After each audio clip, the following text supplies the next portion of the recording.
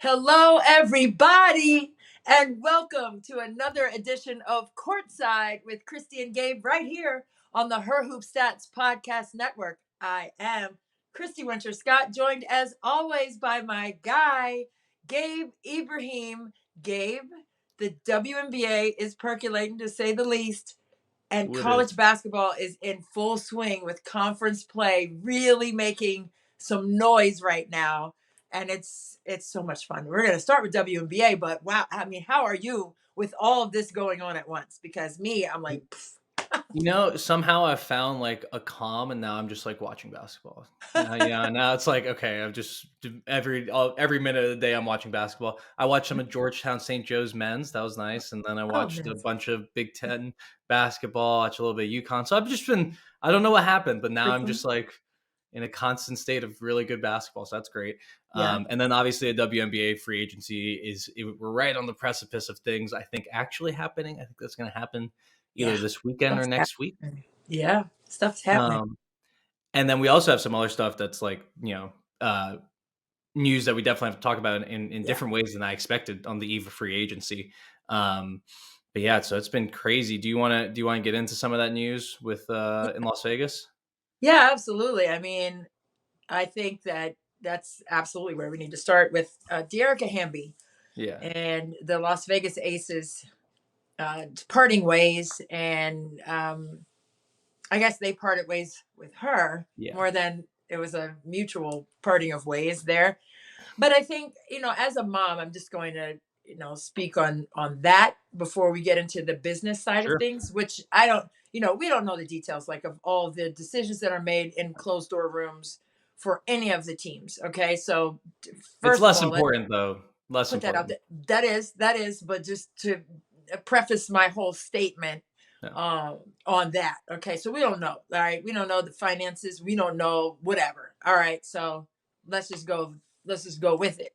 All right. So in getting into it, as a mom with Dearica Hamby, having her young daughter, Amaya, who has been a fixture, especially down the bubble, a little toddler running around. I mean, she became synonymous with the WNBA bubble, right? Mm-hmm. And wow, a mom can be a professional hooper, but also be there for her daughter. She had her aunties built in, right, on the team. And I think as a mom, you always want your kids to be safe, warm, and fed, right? Safe doesn't necessarily mean always physical, right? Warm doesn't always mean physical, right?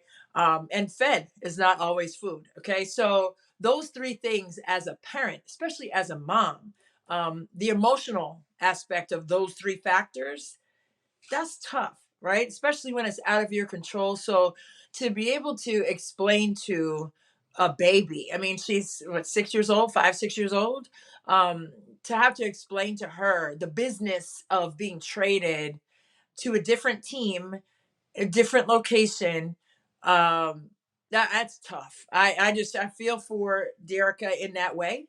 But also as a mom, as a professional, when I was coaching and had our first child, there were some very similar things that happened with me. And now it's totally different, and I think I've spoken with coaches who have had children in the last, I don't know, 8 to 10 years, maybe 8 to 10.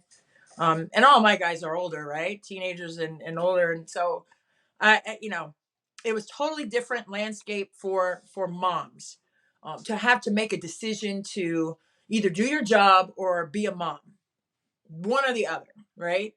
And to be told, I'm going to try not to be, I'm really trying, Gabe, but to be told that you have to choose, I don't think that's fair. So the fact that Dearica is speaking out on it, I didn't speak out on it when it happened to me.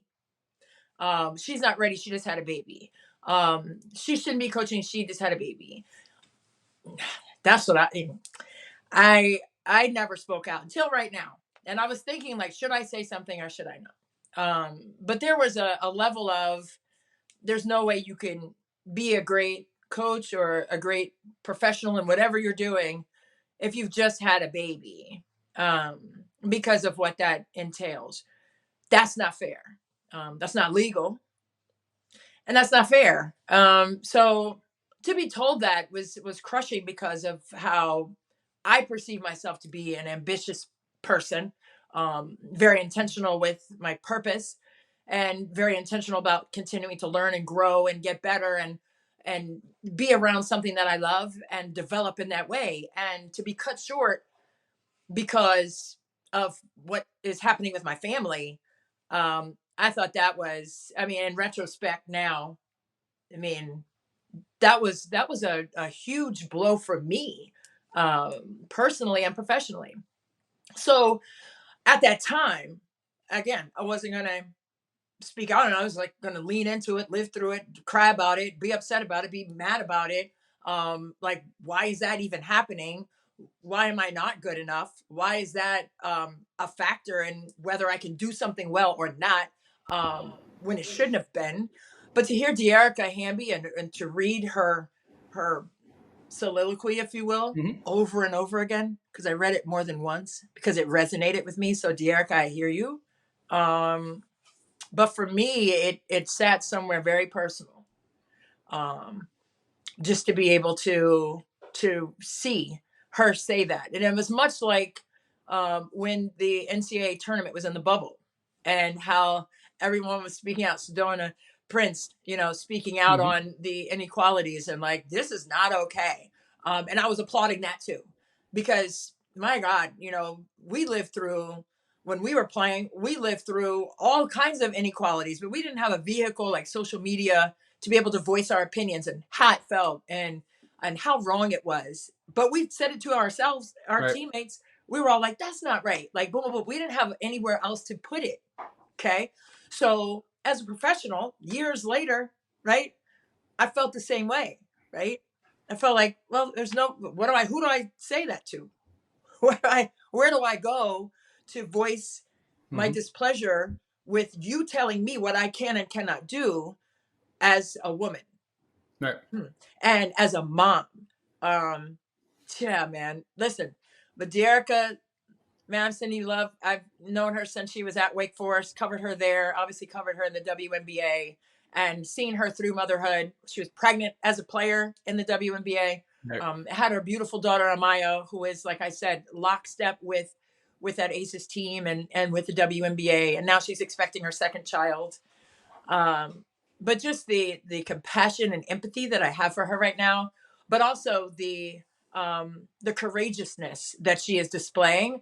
I'm applauding that because I mean you have to stand up for yourself, and you have a vehicle now to be able to do Mhm. that. There's a way, there's a pathway to do it. Mine, I'm still like till this day, I've held that in.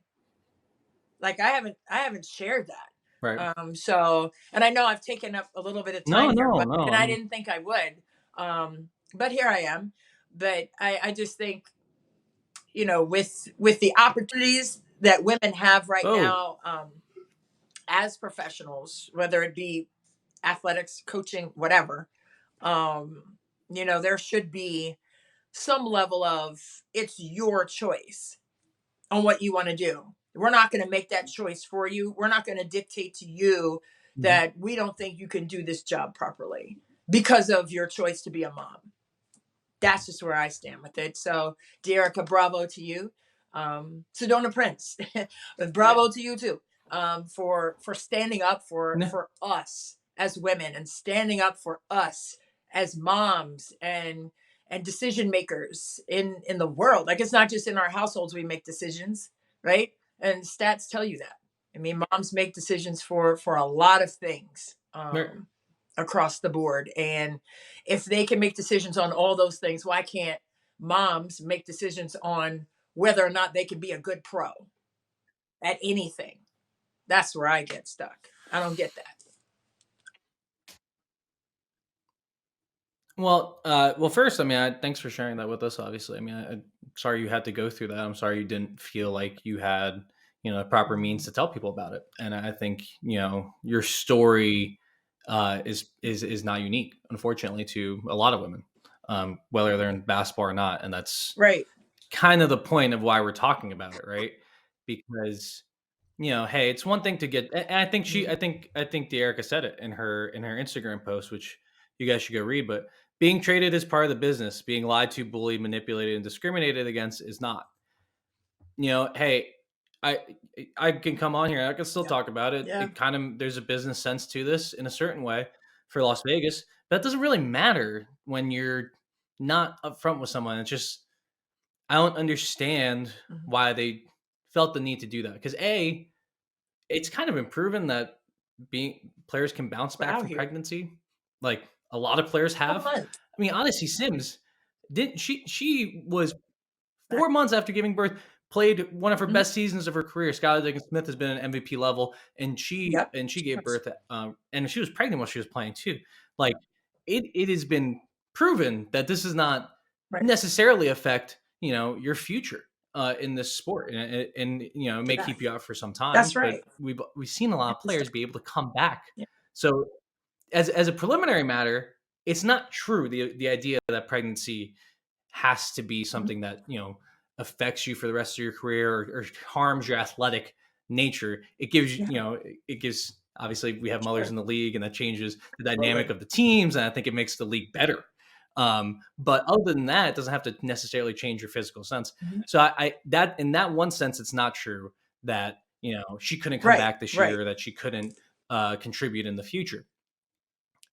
So I just think like, and then past that, like even if you thought that was true, you're really going to treat someone like that that you know not 6 months ago helped you win a championship and was such a big part of your organization. And I think it's just like That's right. basic human respect to Yeah. either be straight up and say, hey, Dearica, like this is what our situation is, this is what our cap situation is. Yeah. We need to do X, Y, and Z because we feel like this is the best way for our franchise going forward, and we're sorry about it, but we will, Yeah. I we mean, want to move you, and you we're said going to do what? that. That's a tough It conversation. is. That's a tough conversation, but a professional, the professionals in this league, and I think in college basketball, even like they're not going to be mad. They're not going to say, oh, it's personal in that sense. You're going to understand that it's a business and that's part of what you signed up for. I think the other parts though is just ridiculous. I don't understand why they would ever even, you know, give off the feeling that her being pregnant was in some way something that was so detrimental to her career, or like a betrayal of the team. Like that's absolutely ridiculous and wrong. That's And that's I don't know that's if what I'm it's saying. I'm legal. like, I don't know what the we don't situation is know, in that and sense. that's why I preface the whole thing by saying we don't know the inner workings of those decisions that were made there. And I will say this. I mean, when I was in Mhm. Vegas for the playoffs last year, WNBA playoffs, I mean, they ran it the right way. Like everything, like the fan involvement, the player care that they had in terms of the alum coming back several times throughout the summer. I mean, they just have it like a well-oiled machine. They have women in charge there, right? Natalie Williams, Jennifer Azzi, like I mean, everyone who is involved with that organization. I mean, they have kids, right? They understand what that is, Mhm. and so again, I'm not putting words in their mouth, um, in their mouths, but at the same time, it is really a huge concern, like you said, not to have a conversation ahead of time and the transparency for Dearica and for Amaya and Amaya. Like, I mean, Or even don't. But you know what? Even don't do that. Just you don't have to bully someone. Like she can just come in and then one day you say you're traded, and it's like, yeah, she's gonna be really mad about that, and yeah, you shouldn't have done that because it's disrespectful and yeah, doesn't honor the relationship you have. But hey, guess what? That's the league. If yeah, people want to be jerks, they can be jerks. But you're gonna go out of your way to make someone feel bad about a life decision that they made that's gonna bring them so much joy is just like that's the part that is like, hey, if this trade just happened, if the only thing we got was Twitter notification, Dearica Hamby traded for this package, which yeah, really, I mean, it's the exclusive rights to sign Amanda Zowie B and a second rounder. They mhm, also Aces had to give up a first rounder to get this. But hey, that happens. Whatever. I yeah, come on here, we talk yeah, about, um, you know, why this may have happened, whatever. But you're going to go out of your way and now make this. Yeah. It does seem right that they traded her because she was pregnant, and that I don't think sounds legal, but I don't know that for anything, but it's certainly not right. Absolutely. And I know you're a lawyer. What we should be striving for in this league. I mean, are we fine lining like what that is? What'd you say? I didn't do discrimination. I'm sorry. Okay. Well, I mean, for me, I mean, you can just go back to Skylar Diggins-Smith, and after she had her son, and how, you know, there was this feeling that she was being rushed back to get to the court, and she's like, "I'm gonna be back when I get back." Mm-hmm. And amen to Skylar Diggins-Smith. Like, you can't do, like, everybody's on their own clock. When I've had 3 babies, okay, and every time I've been to the doctor when I was pregnant. Mm-hmm. Every pregnancy is different. And boy, every single one of them were different. I mean, the whole journey, like, you think you know, and I'm like, oh, wow, right. Bree is different. Oh, wow, Jordan's different. Wow, Junior's different. Like, all the things that your body goes through, but your mind too. And Skylar Diggins-Smith said it, like, when I get right, you'll see me back out there. And when she came back, she was killing. Are you kidding me? And now she's expecting her second baby. So let's understand that women are powerful, okay? Women can do anything. And to be limited in that notion is incredibly frustrating, especially when you're built and wired as a competitor. Do you understand? And when these women at this elite level, right? I mean, Sky won an Olympic gold medal. What are we talking about? Like, these women are mentally and physically capable to do many things very well, and to be classified as less than or not able to do things as well because you decide to be, involved in the hardest job in the history of all the jobs ever, okay? Then, don't talk to me about that unless you understand what that is. So I think for all moms, including Cheryl Swoops, who got pregnant at the beginning of the league, including Candace Parker, who had her baby after winning Rookie of the Year and MVP in the same year. And everybody's like, oh my God, Candace Parker, she just had MVP and Rookie of the Year, and now she's having a baby. Oh my God. And yes, she did that. And she won 2 titles after that. And she won an Olympic gold medal after that. So let's talk about what it really is. And she's still playing. People trying to classify women and moms as less than because of what their body went through. But they are leaving out the fact that they are mentally tough enough to do that and come back and get the job done. And for me, it's always going to be about that. And for Dearica to stand in this moment and say what she has had to say, for Sky to stand in that moment and say what she had to say, and then look back to Candace Parker, Tina Thompson, Lisa Leslie, all these moms who have come back to be epic on the court and otherwise. Man, save the drama, save the dialogue, save that narrative for somebody who just, I don't know who you say before, but not for me, because I'm not accepting it. I can't, Gabe. And, for Dearica to have to go through that, I feel really badly for her. But at the same time, I feel good that she's standing up for all of us. She's standing up for the ones who didn't have a platform, right?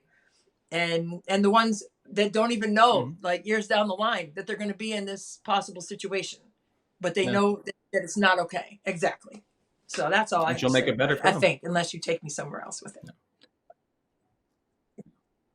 No, I mean, we have to wait for the fallout, right? That's why, you have to see what happens with the situation and see what the full story is with the Aces. We don't know if this is limited to one person, limited the whole organization, like what actually happened, right? Because we don't have the full story yet, and maybe we'll never get it, and maybe there is no fallout. So I don't know, but I think it's something we have to definitely continue to watch in these situations, and hopefully what happens is Dearica has her child, comes back, dominates with the Sparks, and just proves her worth. Do we know the date? Do we know the date of the Aces Sparks game yet? I just, I could look it up. I could look it up. I want to. It's a good point. It's a good point. I could look this up very quickly.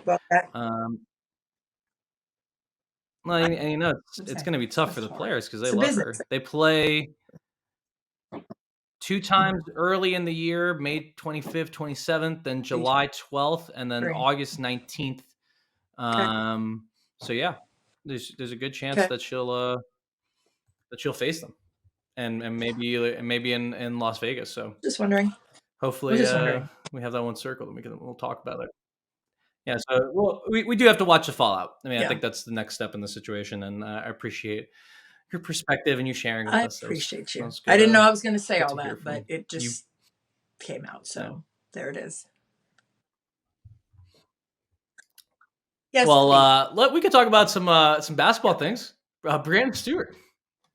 Yes. Now you're familiar, I'm sure, with Stewie. Well, she's in Istanbul. She's playing for Fenerbahce. Yeah. I haven't really watched a lot of European basketball, so someone let me know how they're doing in the comments. But she met with 4 teams, which is an extremely baller move. Like Kevin Durant, the NBA teams had to go to the Hamptons. For Breanna Stewart, they had to get their passports and go to Turkey. It's a long flight. That's crazy. The 4 teams that went, though: Minnesota, Washington, New York, and Seattle. It is. It's an interesting list. I think we knew about a couple of the teams on the list, and then we're excited certainly about one of them that played close to our house. So, which do you want to talk about? I kind of want to talk about all these 4 teams. I mean, I guess we can start with Seattle since that's where she's currently residing in the WNBA. Can they keep her? I guess is the question on the table. Can Seattle? I mean, the question is not do they want to keep her, because please come on, it's Stewie, but can they keep her, and does she want to stay there? Sue Bird obviously retiring. It's going to be a different look for their team. Can they keep her? Well, they can. I'm sure they can. I don't know, because like before we did. New York traded for Jonquel Jones. I think we talked about this a little bit last week. Like before they traded for Jonquel Jones, I was like, I'm not sure there's like a great winning situation out there that would like pry her away from Seattle. I mentioned Washington and I mentioned Las Vegas, but those two were not didn't seem as realistic as New York. Well, now New York has Jonquel Jones, so now they have an MVP. And now it's looking like that winning situation is really strong. Yeah. And now it's like you look at Seattle's roster at the moment, it's pretty barren. I mean, it's Jewel Lloyd, and Mercedes Russell, who didn't play last year. So if you're looking at the rosters and you're picking the best one, I think it's either New York or Washington amongst this group, because I don't see. I mean, unless Seattle has like a very strong plan of like, okay, we're getting Sloot, and maybe that's what it is. Maybe it's okay. Courtney Vandersloot's going with Breanna Stewart wherever, except for Washington, so Courtney Vandersloot has met with the 3 other teams. They're not Washington in this mix for Stewart. Obviously Washington has a point guard that Breanna Stewart would like to play with, I'm sure, in the Touch Club.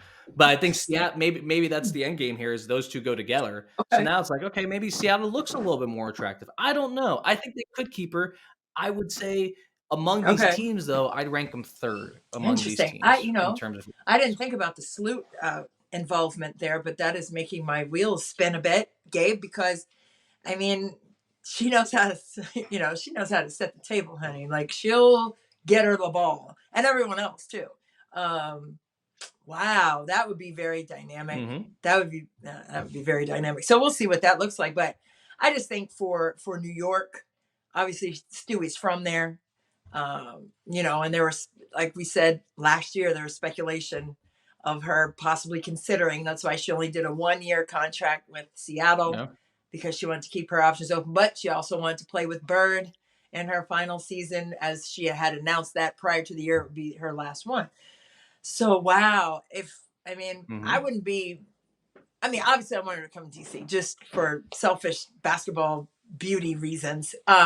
However, I wouldn't be shocked at all if she ended up in New York, because that's where she's from. And Jonquel Jones is now there.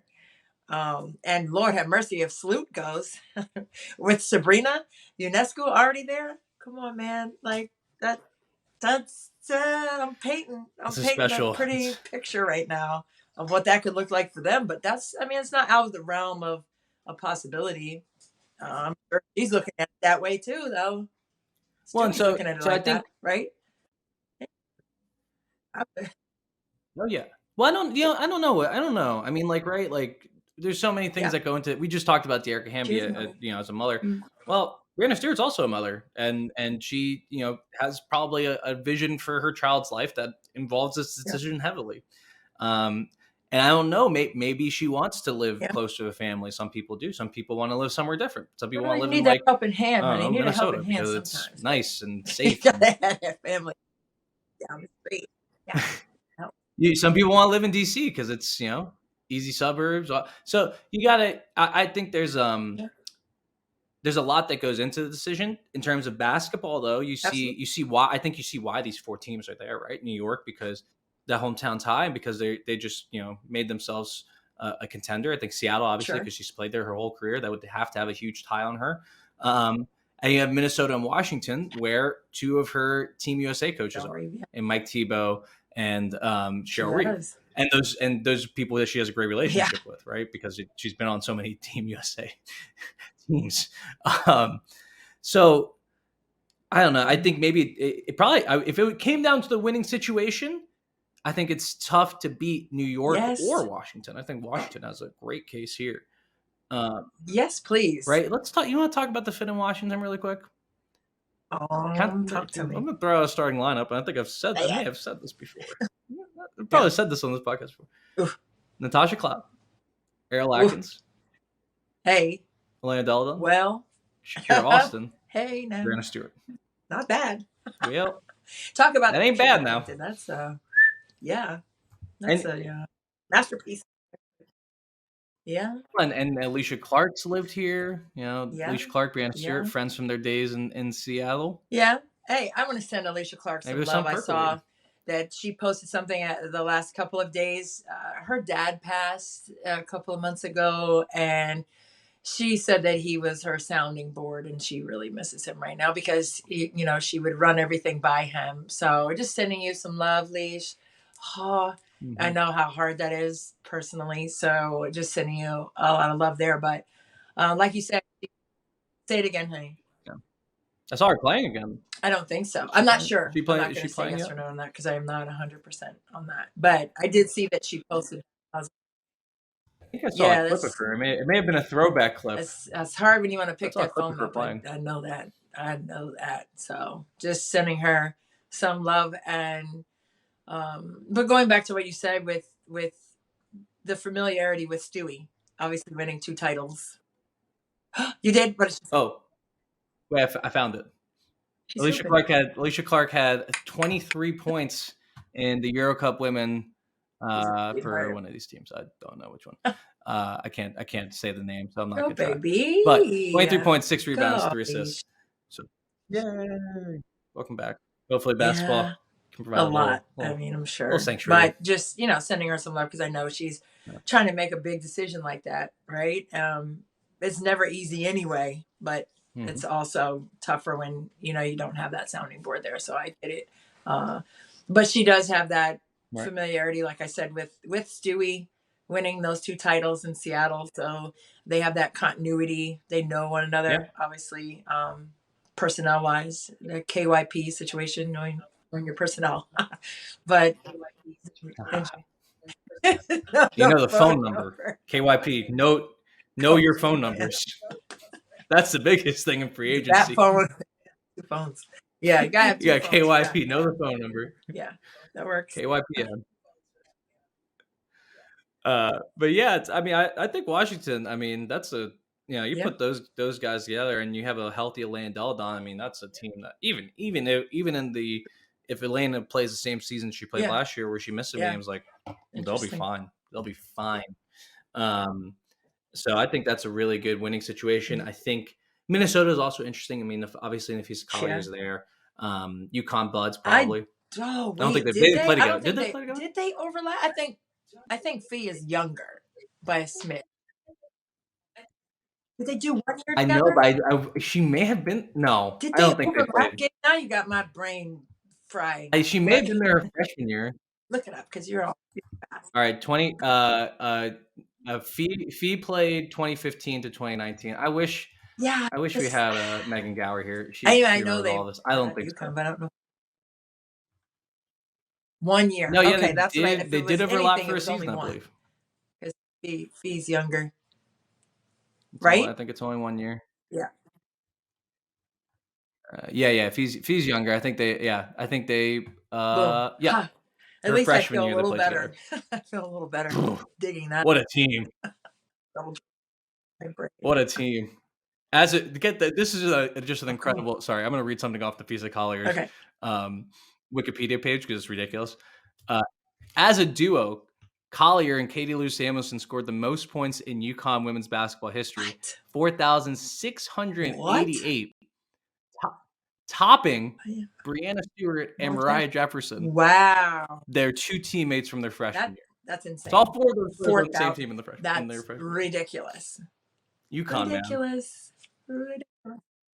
UConn. Yeah. They just keep UConning. That is something really ridiculous. Talk about That's something for later, though. That's something for later. Okay, so I think Minnesota's interesting. I just don't.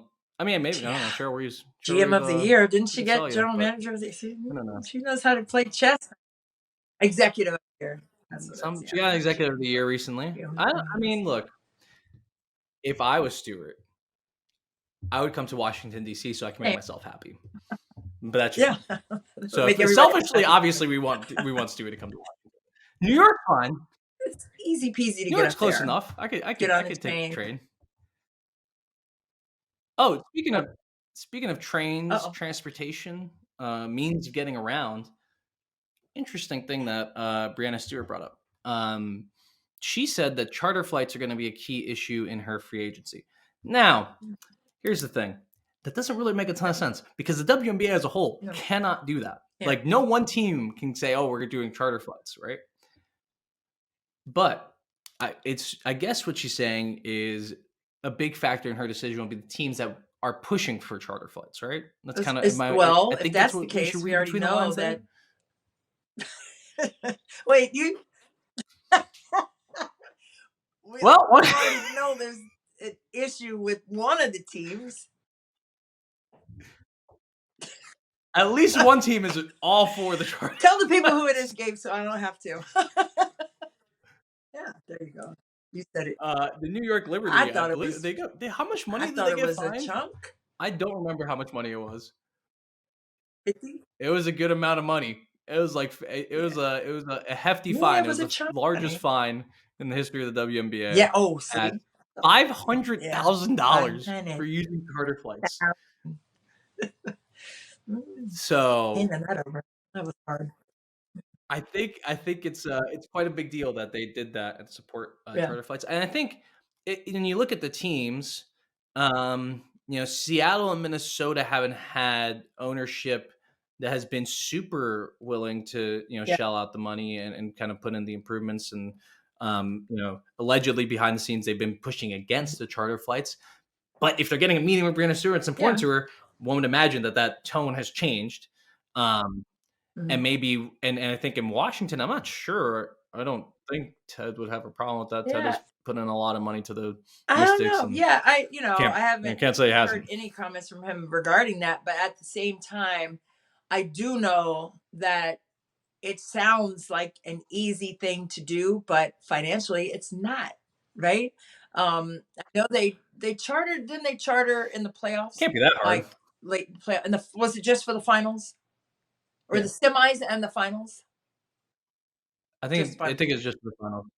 That was expensive. So I think there needs to be, if anything, okay. And yes, charters. I mean, a lot of the college teams charter, and I think that was part of the discussion that players in college are used to these charters, and getting back that same night, which is a beautiful thing. Trust and believe. It's a beautiful thing for recovery, for everything else. Like they're in classes, obviously.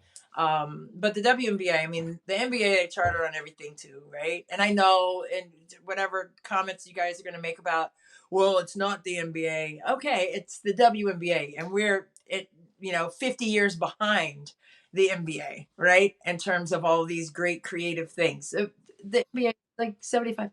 No, the NBA is like 25. 75 plus, right? And that's what I mean. Like since they've Oh started. yeah, yeah, yeah, yeah, Okay. We're yeah. like 50 years behind. So, we're Yeah, since I gaining started. ground.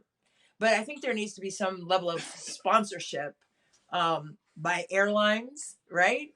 Um, to pick up or Yeah. at least part of. It doesn't have to be the entire thing for the entire league, but maybe it could be half or 3/4 of what it would cost the league to charter every single game for the players. I mean, there has to be one airline that wants to step up and do that. I mean, what did I say last summer, that Beyonce could do it, or LeBron James, Steph Curry. I know that they have love for the league. Well, Yeah. you heard from Breanna Stewart. She tweeted that she would love to be a part of a sponsorship deal or I whatever agree. to pay for it. Kyrie Irving through his support behind that idea. But here's the thing, and I want to tell a story. Let me tell a story. So before our wedding, we had it was during COVID, so Right. it was right before the Delta variant as it was coming out, and we had some immunocompromised people, so we were very cautious of COVID. So we had a couple of people get COVID right before the wedding, and there's going to be part of it inside, Right. and so we were like, we just can't do it. And because we went to our wedding planner, and she was like, yeah, we can't put it outside. And so I went up to my dad and I was like, Dad, I don't think we could do this thing. It's like 3 days before the wedding. Like, I don't think we can do this thing inside because da da da da da. And my dad stops me and goes, Gabe, does money fix this problem? And I go, yes. And he goes, don't worry about it. And it fixed the problem. So he went and he did it. And this is my point. And the point of the story is to say, Joe Tsai has said does money fix this problem? Right. Then I will pay for it. Just let him pay for it. I don't understand it. Like, just let the people who want to pay for it. And if you are as an owner, as a billionaire, I'm sorry, this is not that expensive. Yeah. It's just not. You have billions of dollars. You know how much money like that is? You know how many flights you got to charter? Yeah. To spend $1 billion? I mean, come on. Yeah. Just someone has the money. Get it. Yeah. This is such a simple thing to fix. And they want to say, oh, it's in the CBA and you have to negotiate it. Don't use it as a negotiating play. This looks so bad. Just put them on charter flights. And then, that's that. But I just don't understand. Right. Someone's offering you money. There's money on the table for this. Take it. Use it. Or at least let the teams that want to spend the money, spend the money. But you're going to, if you want to be broke, you can be broke. Yeah. But you're going to, I don't care. If the broke teams don't want to do it, they don't have to do it. There's not going to be a free agent that goes there anymore. Right. But that's their problem. So if you want to not pay for it, you can not pay for it. But that's true. I think if people are willing to pay for it, they should be able to pay for it. But I want to. So this was actually brought up also in the context of Brittany Griner, which was just an interesting bit of news. Is the assumption that BG is going to need to fly private because of security concerns due to her being such a public figure now. And I think it's an appropriate response. I think it's absolutely what should happen. No, and there shouldn't be a fairness question to it, but it's it is a weird thought to say, well, is she flying? She's flying by herself. Is she flying with the team? Is the whole team going? Is it the only team that gets that? Right. And it's I don't think it needs to be brought up in that context, but because they should just have it anyways. But it was an interesting thing to say, and we haven't heard anything about that. So we'll that's pretty interesting. I would think, if they're not if one team or 3 teams charter and the other ones don't, obviously there's that leverage that those teams will have in terms of recovery and all of that. So you can't do it. But in terms of, because it's not fair. Okay. Understood, but I'm saying if three teams are able to do it, and I know you just said that if the ones that are broke can't do it, then that's just too bad for them. I get it. Sell the team. But it's not fair. But it's not fair. If you're too broke, get out the kitchen. It is fair. It is fair. This is America. Let's How much money you have dictates make how sure much you we win. mute that out so What are my you kids talking don't about? hear. Can money fix that? And yeah, just throw money at it. No, money did No, fix sick. your wedding. Money Your dad fixed it. fixed that. I get it. Someone had money and they Just fixed the don't need to problem. Look at share that. that with the team. Just the whole point of that story was let someone with Yeah. money fix your problems. Find someone with Yeah. money that really likes you and Yeah, want to spend money you're on right. you, and let them fix the problem. But it's just like if that doesn't happen, yeah, I'm more than willing to say it's unfair. It's unfair. It is unfair. But you know what? So is in every league, right? The facilities difference between New York and Washington and these other No, teams. Is that not unfair? Because you can that's spend as much true. money as you want on facilities. You can Yeah. spend as much money as you want on practice time, right? You can spend as much money as you want Yeah. on, marketing of You're your right. players and keeping them happy. But you I can't hear spend it you, on and the thing yeah, that's actually going I to make a hear big you about the difference. fairness part, but I'm just saying, like, yeah, I get it. I get it. I get it. I understand what you're saying, but I don't have to. We can agree to disagree, but I hear what you're saying, and I understand what you mean. That's where I'm going to go with it. But at the same time, with BG traveling, with security, I think that's fine. Like if they don't charter, but they do bolster Yeah. some extra security for her, yes, please. Like I'm all for that because I think yes, it was an international story. And it Right. was dramatic and people have Well, I think she's really harsh views of it. Um, you know, and I mean there are some people who are negative about it, So yeah, I mean she can't just travel on a domestic no. flight and without any security. And I don't know how many teams travel with security. Do we know that? We need to know that. Like, do they? I don't know. I'm sure they all have some measure of I security. need to know. Like, can we I find don't that know. out from somebody? That's a good question. Where's Dano? Put Dano on it. Well, but if the solution is also like That's BG not. flies That's on what the I'm plane by saying. That's herself, that's different. not a fairness That's question. That's different. fine. That's If different. it's just that, yeah, But all the teams that's need fine. security, though. I But would like think. it's stupid. Yes. Yeah. Yeah. They all No. need security. I Period. don't know the inner workings of Point the blank. WNBA. I'm gonna be honest. They all In need terms it. of that. That's what I think. But Yeah. in particular, all of them need it. But in particular, I just think say that's it again. it's an inadequate solution there. Absolutely. For BG in particular, I don't think Yes. security it has to be more because she's gonna get That's what I'm harassed. saying. It's not Like gonna, I don't think that would be, you know, her gliding through she the needs to be airport, without someone with her all the time, and on the plane. We don't. And then at that point, it probably just makes more sense to put her on Yeah. the PJ Yeah. and That'll be fly her interesting to around. see how that plays out. But I think first of all the teams need security, period. But then I think BG needs her own person, bodyguard, like all the time, like even at games for that matter. There needs to be extra security in place when she's on the road, Yeah. like and at home, like period. Like that's just me, because people are crazy. Okay, people That's are for sure. crazy, and we No, don't that's have for sure. time. It's already been dramatic enough People for are a nuts. situation. We don't need anything else to go crazy with, or go awry with people reacting to her presence back here. We don't. So That's a good point.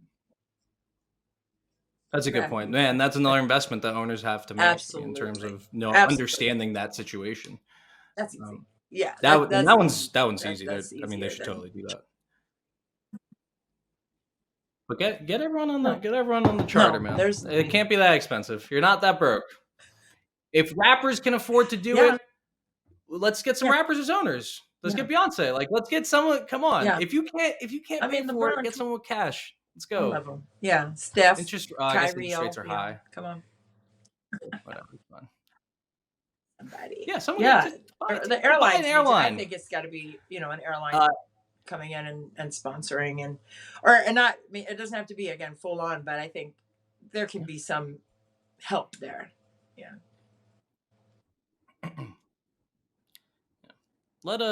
I'm sure Breanna Stewart, if given leave to figure this out, and her agents, they can figure it out. Just like tell them to go do it, and they'll come back with the solution. Is my general thought here. Now to people who actually do fly, I think college teams fly on charter flights. Yeah. So let's talk about Ohio State. 19-0 coming into this week. 19-2 coming out. Losses Mm-hmm. to Iowa and Indiana. Their 3 worst defensive ratings of the year have come this month against those 2 teams in Illinois. And I got to say, they kind of got beat handily in both those games. Should we be doubting I don't know Ohio if State doubt now? is the proper word. I think we should be concerned after they've come out of this week with 2 losses. But then you look at who they're playing, and you're looking at an Iowa team that is an offensive juggernaut. I mean, my God, Caitlin Clark had her eighth triple-double. And, I mean, she had 15 assists, Gabe. Come on, dude. She diced them but up I in just the think press. for who they play. And then in the Indiana game, I mean, you're talking about the top team in the Big Ten in defensive numbers, and top 5 in the country in defensive numbers, and just how offensively sound the Indiana team is as well. I mean, you always think, well, for me, you say Indiana, I'm thinking defense first, right? But just how just suffocating their defense can be in the quarter court. They just take every gap that you want to attack away every time. And there's consistency with it. It's like boom, boom, boom. And they're just flat out on it, in terms of being on task with what they want to get done on the defensive side. But you look at what they do on the offensive side. You have Mackenzie Holmes shooting 68% from the floor, second in the country, almost 70%. Hey, here's a question. Oh, okay. Well, I want to. All right, I'm gonna ask my question. Who's better in the post? Oh boy, Gabe. Mackenzie Holmes, Monica Sonano. Because for me, it's Holmes. I'm thinking they're different. They're like you got time. I could talk. Oh my God, I think. Yeah. I know this is another rush decision. So I mean, questions where I have to marinate, and I only have 2 seconds to marinate. I need more time. But for me, I'm just like looking at. I'm like comparing, contrast. They're totally. I mean, not totally different, but they're very different in how they get their offense. Yeah. And I guess the most similar thing is that they get early seals in there. They get early post-ups. But who's better? Gosh. And I have to see these people face to face, right? And I mean, it might just well, so here I think we can break it up a little bit. We can break it up.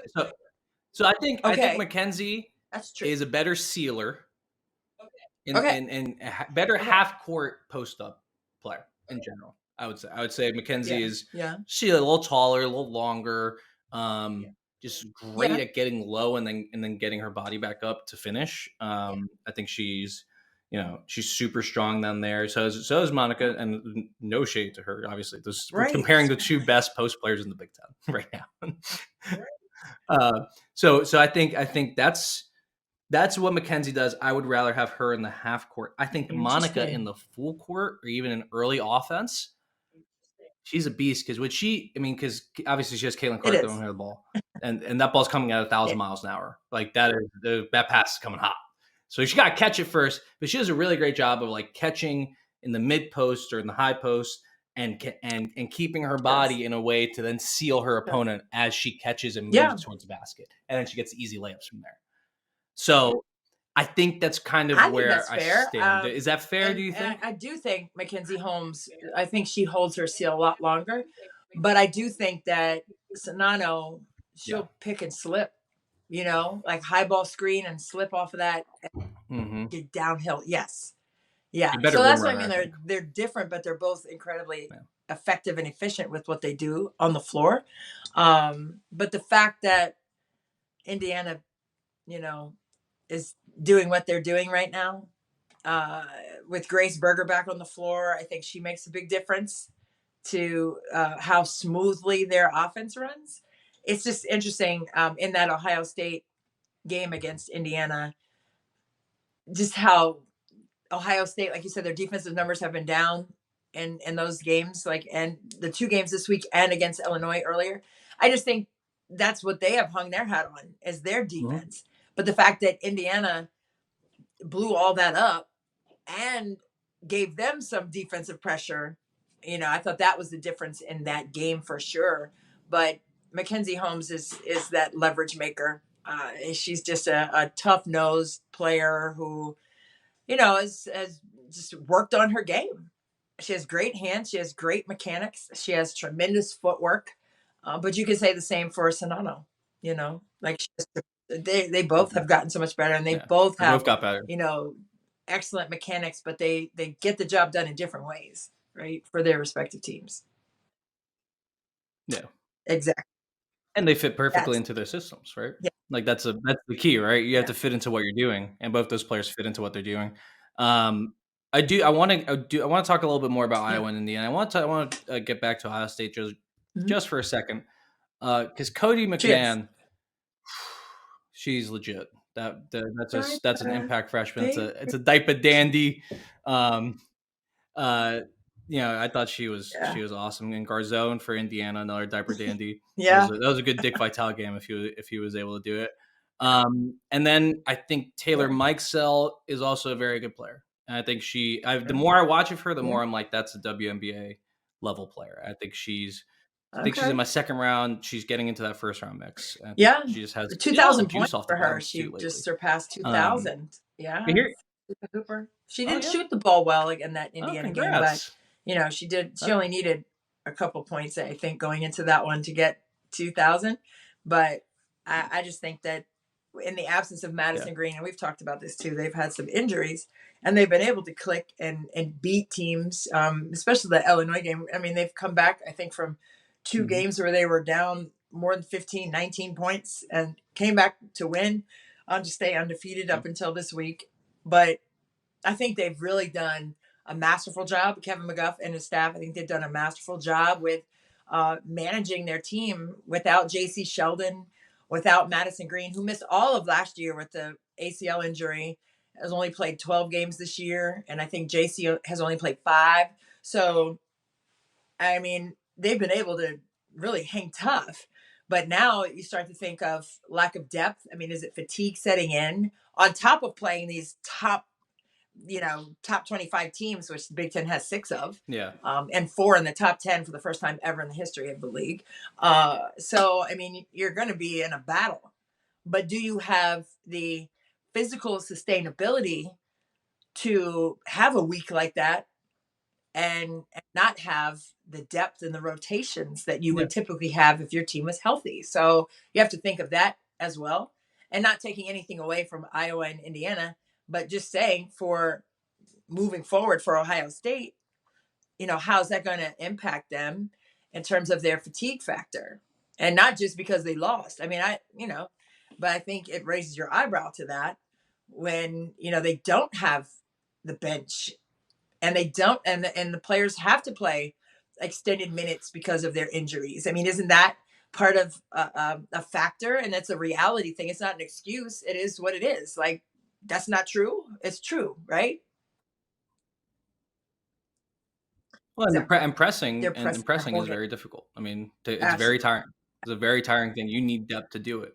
So that totally harms. I do want to say 2 things that could hopefully make Ohio State fans feel a little bit better. So first thing, obviously, pressing as a defense only works if you're making shots, because you can't get into a press unless you make shots. They were 7 of 46 from 3 in the last 2 games. 7 of 40. That's going to kill you. If you're a pressing team and you rely on the press, that's going to kill you. And I think, they just struggle to make shots. And absolutely, if they shoot a little bit better, those 2 games look a lot different. Not just because those shots go in, but also because you're able to press, you're able to turn the team over, you're able to put a lot more pressure on them. And the second thing is that J.C. Sheldon should be coming back, allegedly, soon. I don't know when that is, but whenever she comes back, like at least against Iowa and against Indiana, not having her at the top of the press and not having her offense. Her offense is a huge part of this too, because then they're able to get into the press. But her pressure at the head of that diamond press or the 2-2-1, it changes the entire game Right. because then Caitlin Clark can't just get the ball and run down the court. That ain't gonna happen if JC Sheldon's pressuring the ball Right. or pressuring whoever gets it first. Yeah. Like, that's not happening. And same with Grace Berger in Indiana. Like, it's much harder to get into your offense if you have a really strong pressuring guard at the front of that press. So, hey, they shoot better, they get healthy. I think this team is right back in the mix of where we thought of them before coming into this week. We're 2 in the country. 19 dub chains were given out prior to this week for Ohio State. They had a sellout, right? On Monday against Iowa. I mean, it was packed there. Yeah. I just think, once they get healthy again, they're going to have more depth. They have more rotational minutes to delve out. I think that'll be a help as well. But I think it's going to be interesting to see how that all works moving forward. And the meshing back. Like, you can say what you want. And people, have their own opinions on when players are out and they come back, whether the chemistry is disrupted. And some people say, no, there's no chemistry disruption whatsoever. It came right back in, boom, there's nothing. But then, there'll be some snippets of not being in the right place for a pass that, or the timing is a little bit off on defense or something's off.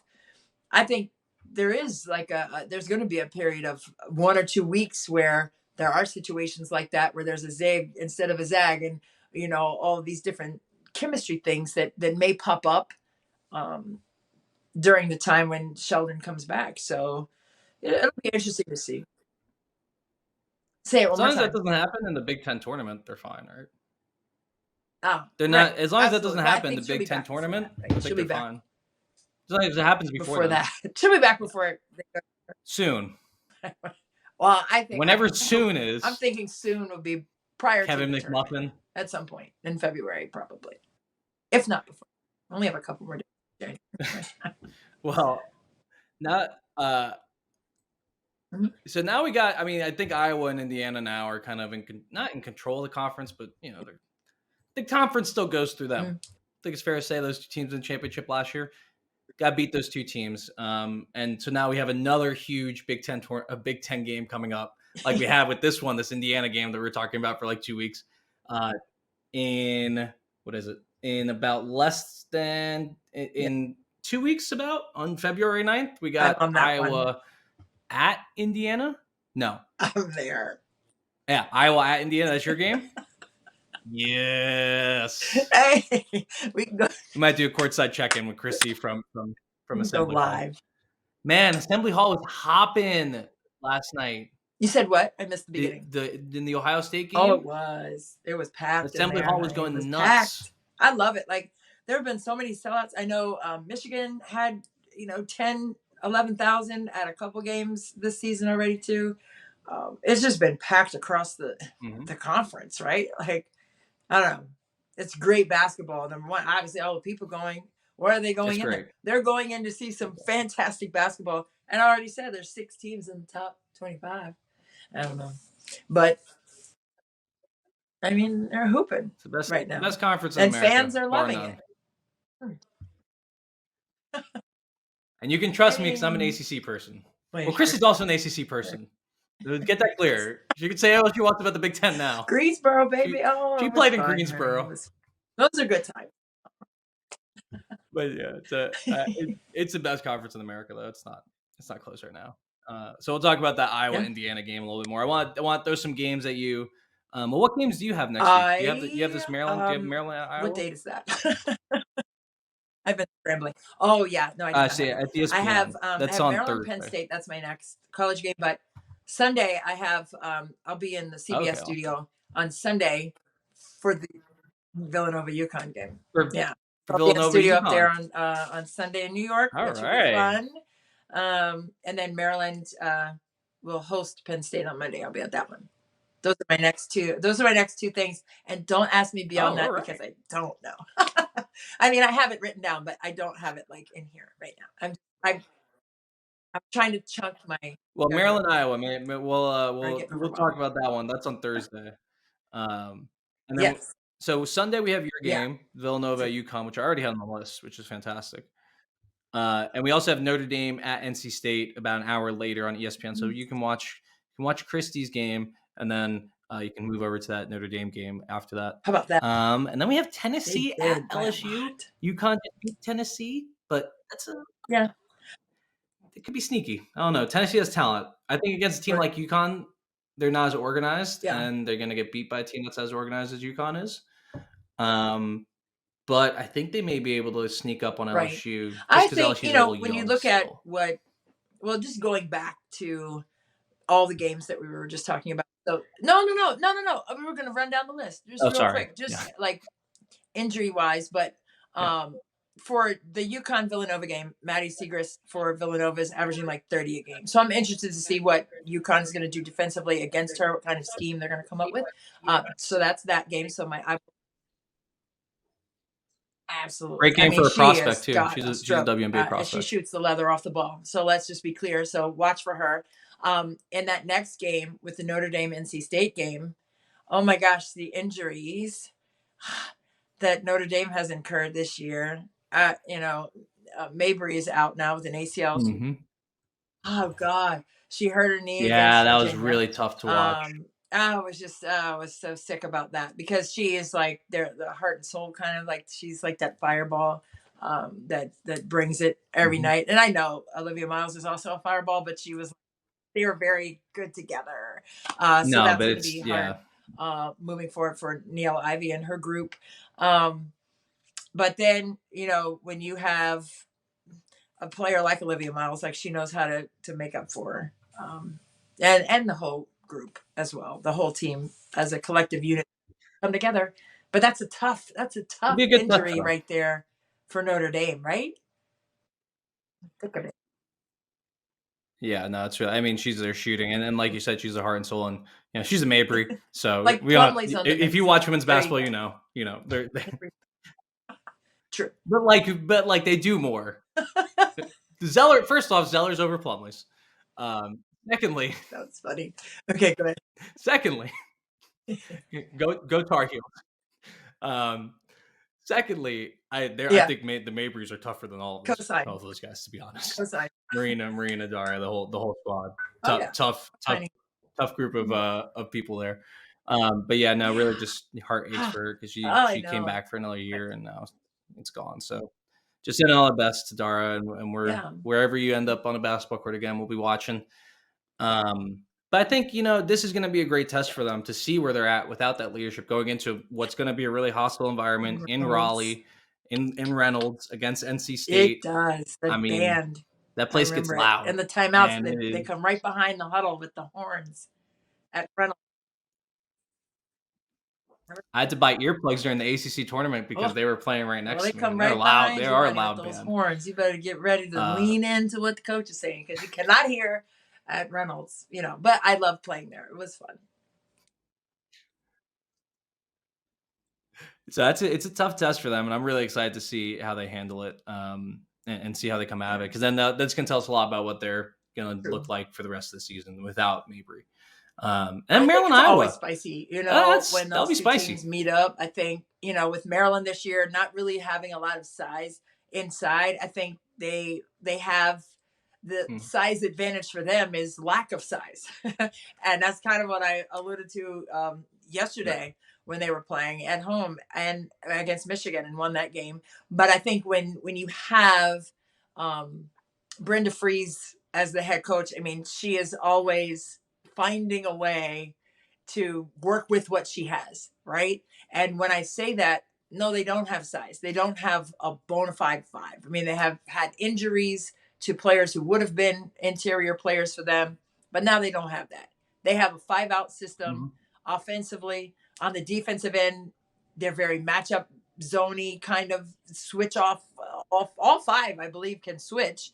Right. But they don't do that every time, but all five can switch with Maryland, but they've been pressing. And that's something that, you haven't really seen from Maryland, but they have the ability to do it because they have a size advantage of lack of size, right? They're small and quick and they can scramble. They can scramble and grab. Yeah, they're they small have and quick. But they turned Michigan over 24 times and scored 25 points off of those because they're coming at you in waves. but they're coming at you with their speed and quickness and their length, right? As guards, even though they're not tall, like they don't have 6'5", they don't have a 6'5" inside banging in the post, okay? But they have 6'2" Diamond Right. Miller, whose arms go from there to yesterday, and and they take up space. Cheyenne Yeah. Sellers takes up space. Um, Different deal, dude. Diamond's She's on a different. different planet right now. I mean, like Yeah, the stuff she's added to her bag this offseason, yeah, incredible. And the more it comes out, she's getting more yeah. Her confident. footwork, man. It's looking like Yeah, she's. special season for her so far.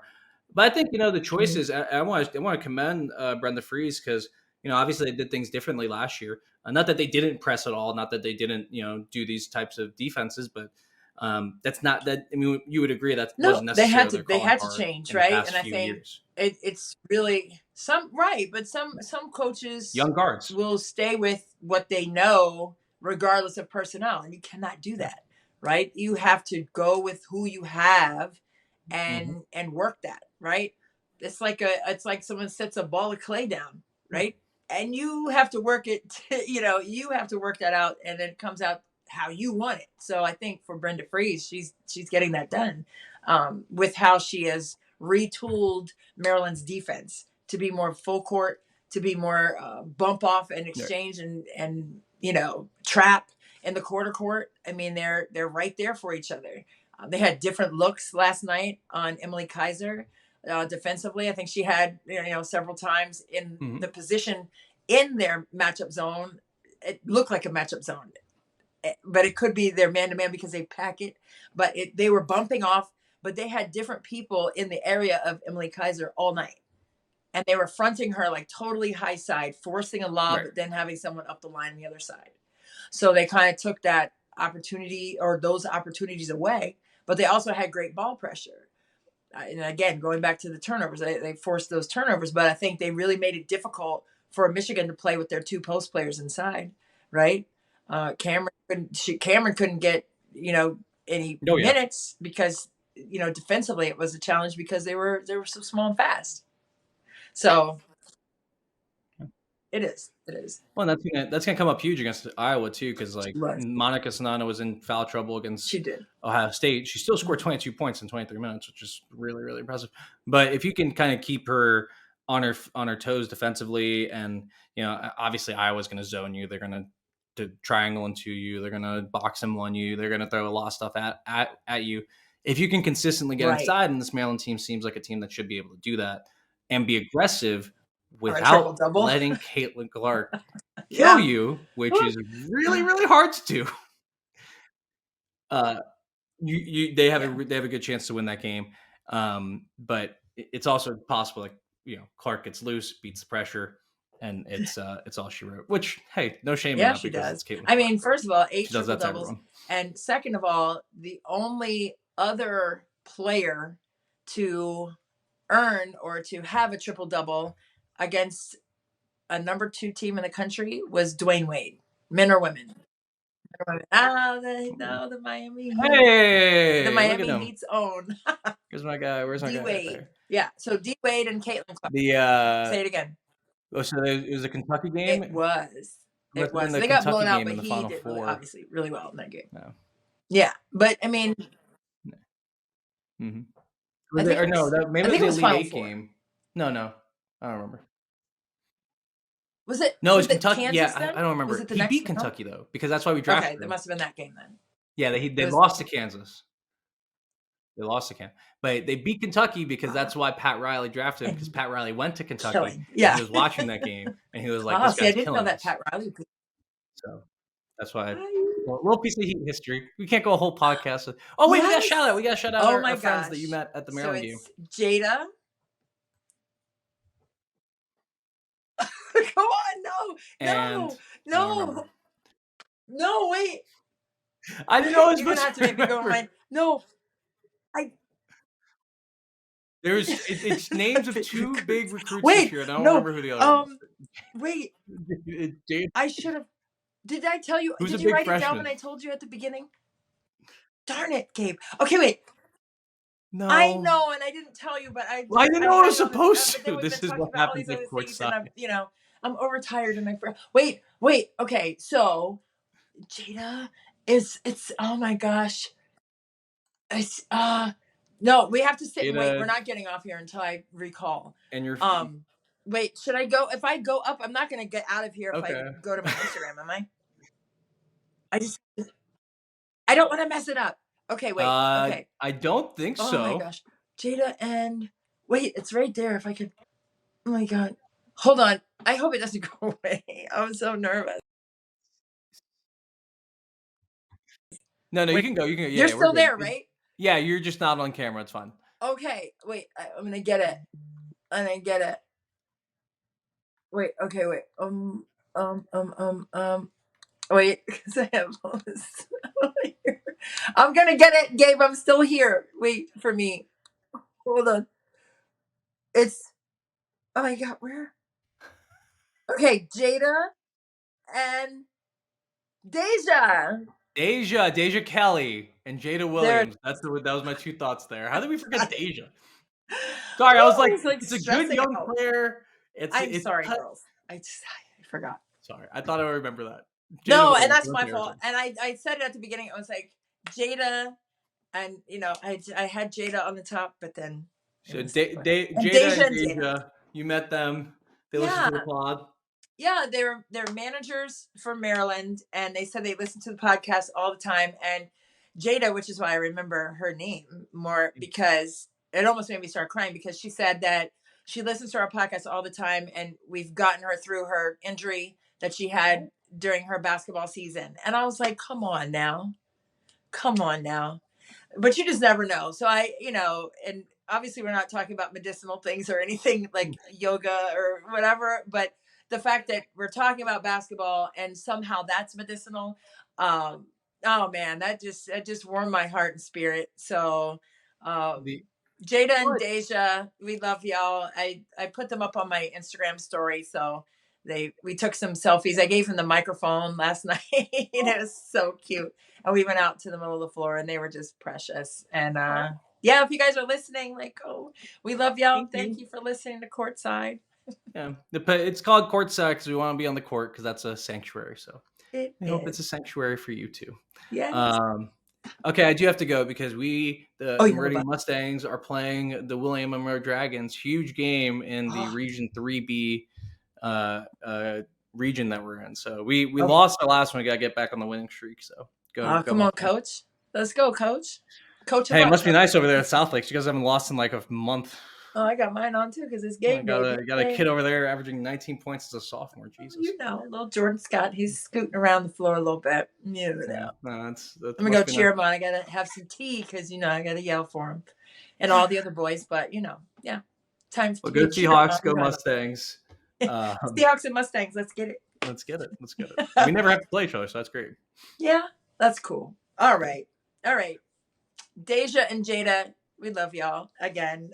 Thank you guys for listening, and we will be back next week with more. But we don't have to go home. We got to bounce up out of here right now, though, because it's time to bounce back to the court, coaching and get courtside. Cheer, mom. I know we'll be courtside though. We'll still be courtside, but just not with y'all. No. But anyway, thank you guys for joining us today for Courtside with Christy and Gabe right here on the Her Hoop Stats Podcast Network. For Gabe Ibrahim, I'm Christy Winter Scott, and we will see you next time.